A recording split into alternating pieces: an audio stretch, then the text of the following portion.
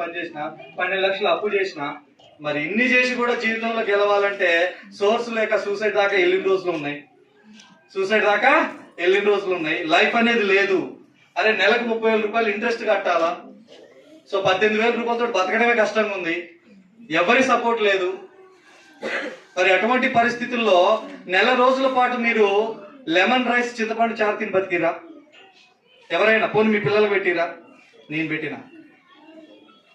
ఎందుకు? Because of నా income source లేదు. సో ఆ టైంలో నాకు అనిపించింది, ఏంట్రా బాబు ఈ లైఫ్ ఏంటి? ఈ జీవితం మారదా? ఇలాగే ఉంటుందా? మరి దేవుడు ఏదైనా అవకాశం ఇస్తే బాగుండు అని చెప్పేసి ఎప్పుడు కూడా నేను అనుకునేది, ఏదన్నా అవకాశం దొరికితే బాగుండు. కానీ అవకాశం నాకు ఎప్పుడూ ఇచ్చిండు దేవుడు. 2015లో ఇచ్చిండు. అరే భయ్, నీకు ఫ్యూచర్లో నీ కష్టాలు వస్తారా, పలానా వెస్టేజ్ అవకాశాన్ని ఇంటి తలుపు తడుతున్నా. 2015లో నా ఇంటికి వచ్చినప్పుడు అది అవకాశం లాగా కనిపించలేదు. ఈ సబ్బులేంది, ఈ పేస్ట్ లేంది అని చెప్పేసి యాపో అని వదిలేసిన, సింపుల్గా చెప్పాలని. మరి అటువంటి చీపో అన్నదే ఈరోజు నాకు ఒక జన్మనిచ్చింది, పునర్జన్మనిచ్చింది. సబ్బుల పేస్ట్ చిన్న చూపు చూసిన ఆ సబ్బుల పేస్ట్లే ఇప్పుడు 12 లక్షలు అప్పు తీర్చింది, 80 లక్షలు ఇల్లు కట్టినా, 12 లక్షల కారు తీసుకున్నా, ఇప్పటి వరకు వెస్టేజ్ ద్వారా 1.5 కోటి సంపాదించింది. దానికి తోడు సో నేను మాట చెప్తే వచ్చి నా వెనక నిలబడ్డోళ్ళు 1000 మంది ఉన్నారు. ఇది కాదా జీవితం అంటే? ఎసార్నో ఇలా కాదా? ఇలా రండి అంటే వచ్చి నిలబడ్డోళ్ళు ఒక 1000 మంది ఉన్నారంటే ఇంతకు మించిన జీవితం ఇంకేం కావాలండి?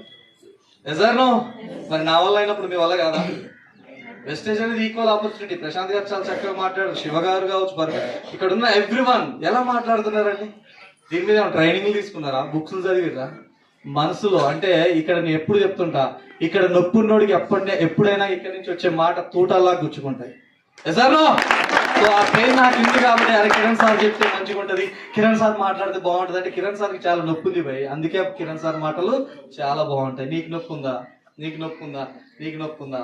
ఉంటే ఎస్ 100% ఇన్ ఫ్యూచర్ లో మీరు కూడా కొన్ని వేల మందిని ఇన్స్పైర్ చేయగలుగుతారు, కొన్ని వేల మందిని మోటివేట్ చేయగలుగుతారు. మరి దానికి ఒక సోర్స్ కావాలి, అవకాశం కావాలి.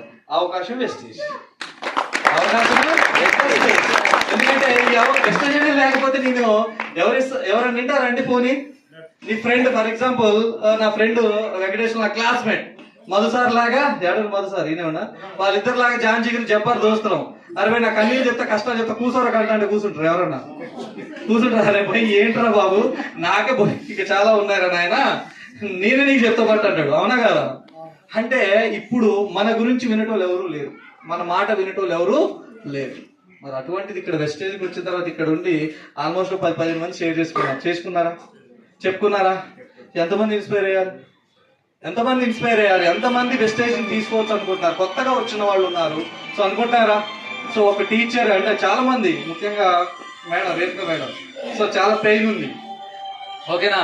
సో కంట్రోల్ చేసుకోవాలనుకుంటారు, బట్ కంట్రోల్ చేసుకోలేరు ఆ పెయిన్.